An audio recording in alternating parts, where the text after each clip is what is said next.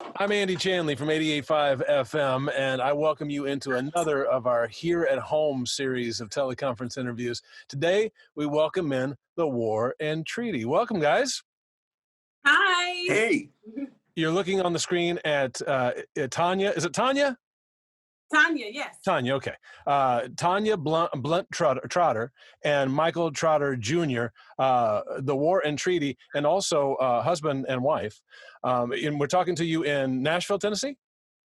Yes, right outside of Nashville. Nice. Well, thanks for making time for this today. It's great to make your acquaintance. Want to congratulate you on another fine album, Heartstown, follow-up to 2018's pretty impressive Healing Tide album.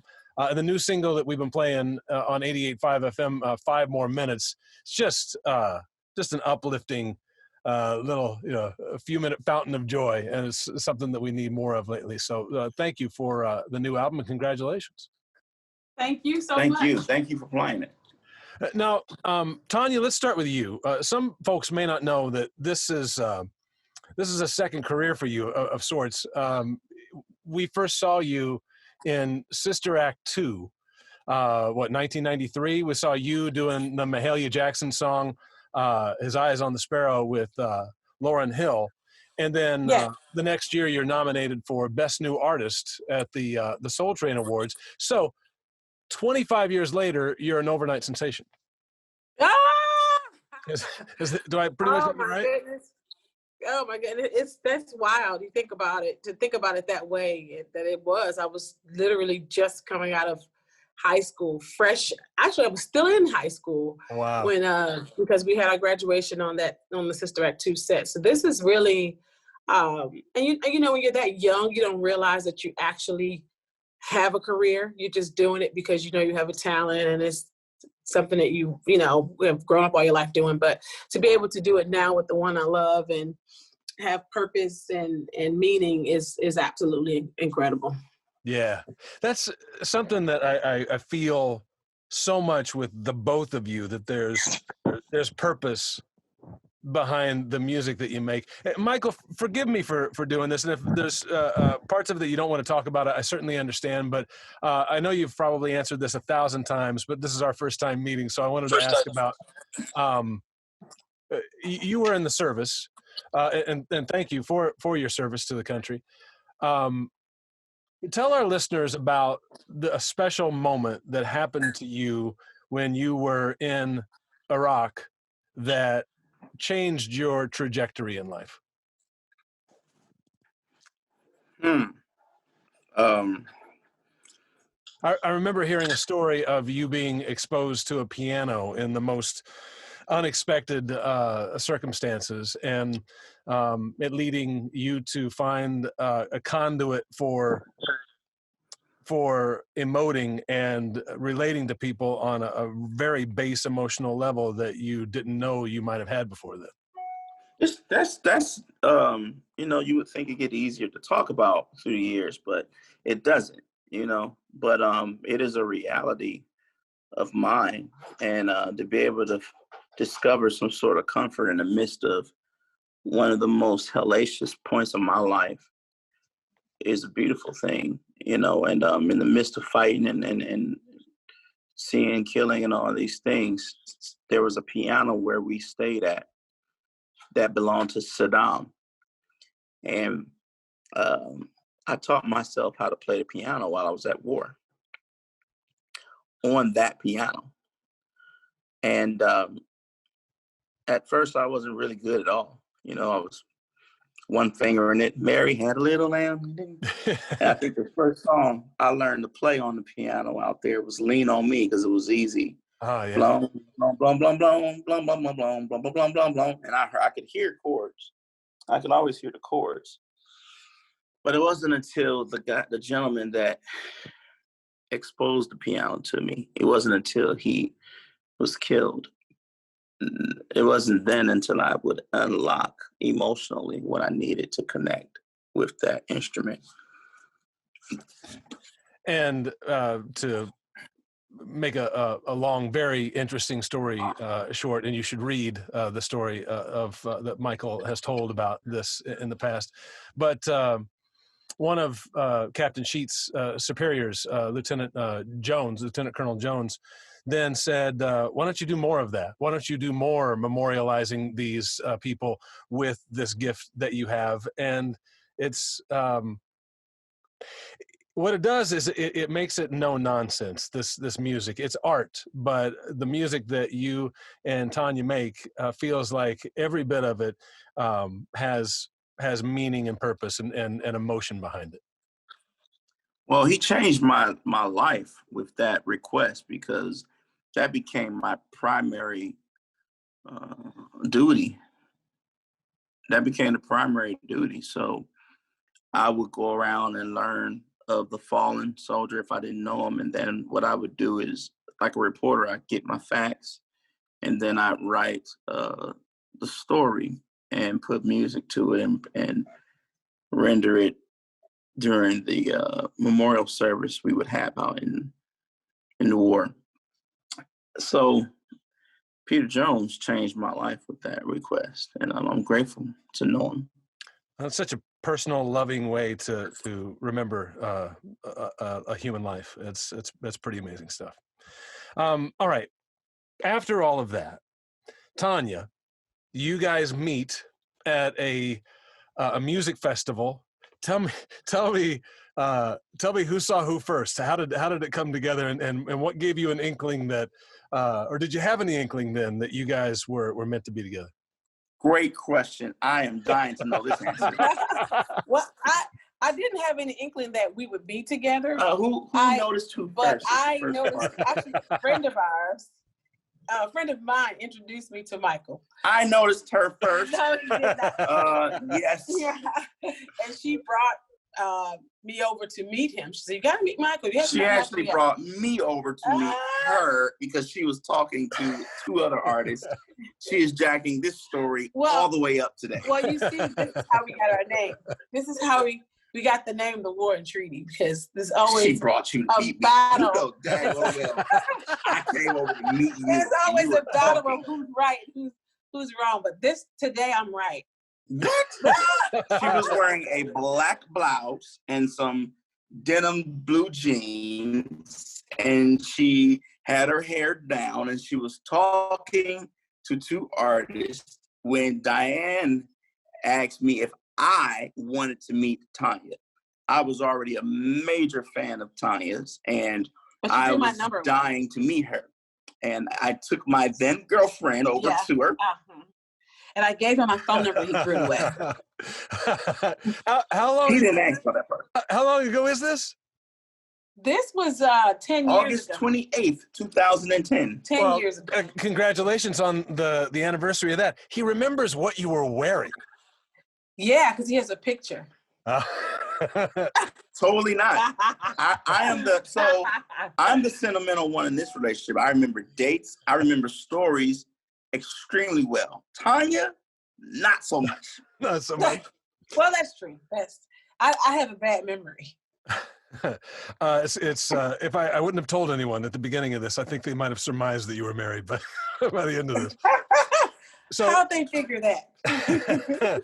So tell me about this album that you guys did. How is this album different from the first? What do you think is different? What's evolved, and what has stayed essential to the process? What stayed the same? What stayed the same, I would say, is our honesty, and really just our love and for one another, and our message. You know, it pretty much is a little bit different, because on the first album we talked a lot about healing and, you know, professing that, you know, we could. What if we were the healers? And Michael always says, what if we kind of threw out the wrong message that we had the answers? And this record, Heartstown, lets everyone know that we are all the answer, you know, and that we do have to go through all the different emotions or different relational things in order to become that answer. You know, songs like Jealousy and Heartstown and Hustling, these are all songs that kind of dabble into the experience of who we are as artists. Yeah. What is it about the song we've been playing 5 more minutes?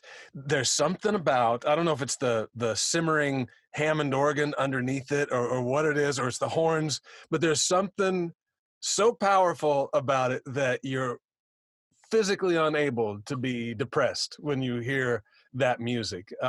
Is that why you have that music around you? Because it's such a force. You know, I'm going to let you in on, well, it's not a secret any longer, but we're both extremely happy to hear you say that. And I'm going to tell you why. And as it pertains to 5 more minutes, okay, that song, have you read why that song was written? I haven't. Okay. In 2017, I had hit the pinnacle of failure in my life personally. And I failed before in all my attempts, to succeed and to move forward. But this failure rocked me to the core. And I was ready to give it all up. And we were back on our rent. Our bank account was in the negative. And I just had no plan. And you can't be married to someone as brilliant and as beautiful and as caring as Tanya and not have a plan. And you can't be the father of someone as talented and eager to learn and eager to teach as Legend and not have a plan, which is our son. So I thought, you know what, in order for me to give some quick relief to my family, I just need to just take myself out of the equation permanently, meaning suicide. I struggled.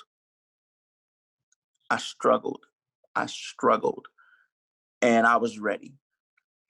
Now, I think the biggest thing that I hate to hear is when people say they were so selfish that they committed suicide. They didn't think about all the people that would care about them.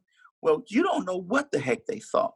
But I can tell you, as someone who has been there, the first thing you think about is how you out the picture would be better for them. And speeding the story up, I like to say this: love, with a capital L, snitched on me to Tanya.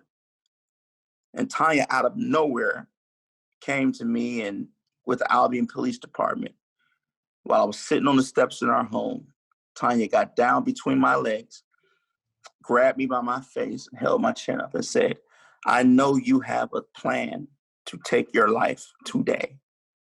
I know you got a time frame, but I need just 5 more minutes to love you. If you can give me just 5 more minutes to love you, I promise I will make your life make sense. I will make it make sense why we need you here. Stay with me. Don't leave me just yet, baby. Come on." And the police men and women, they were like, "Come on, Mike, listen to your wife." And at that moment, I felt power and I wanted to go on. And I looked at her with tears in my eyes and I said, okay. And I'm still living in that 5 more minutes. And the song is not reflective of the sorrow and the depression and the anxiety. The song represents the eagerness that came after all of that to love someone. It's the response. It's the aftermath. So the dancing that you feel, those horns, the horns was Tanya's heart and her love interrupting. Horns are very interrupting. Mm-hmm. Yeah. That organ, it gives the memorialization of that old me, that guy that thought he didn't matter. That was the memorial. That's the memorialization. The drum beat is the driving heartbeat that is still here, that didn't stop beating. And I wanted this personification to really hit home. And the fact that you said what you said, I thank you so much for saying that. And Ty and I are so honored to talk to you. You are the first interviewer that put into perfect words how we wanted people to feel when they heard that song.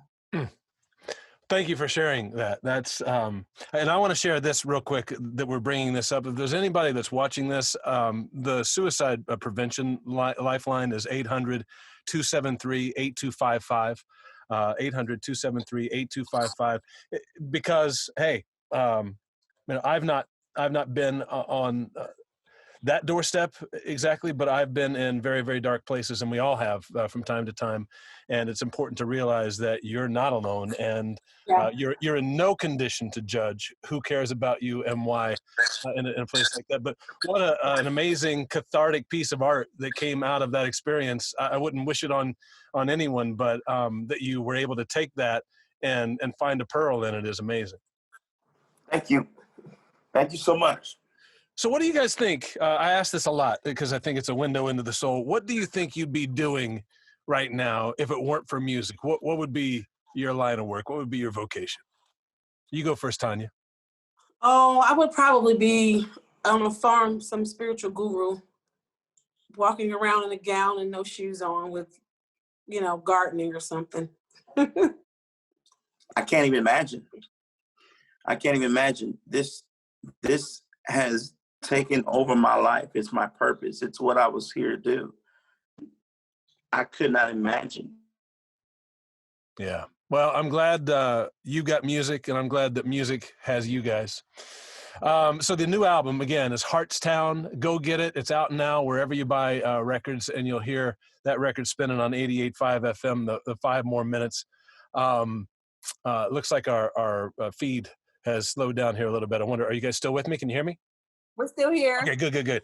I tell you what, when all this passes and we all, have a sunny day ahead, when you come out to Los Angeles, come play for us in person out at the station. We'd love to see you and meet you in person.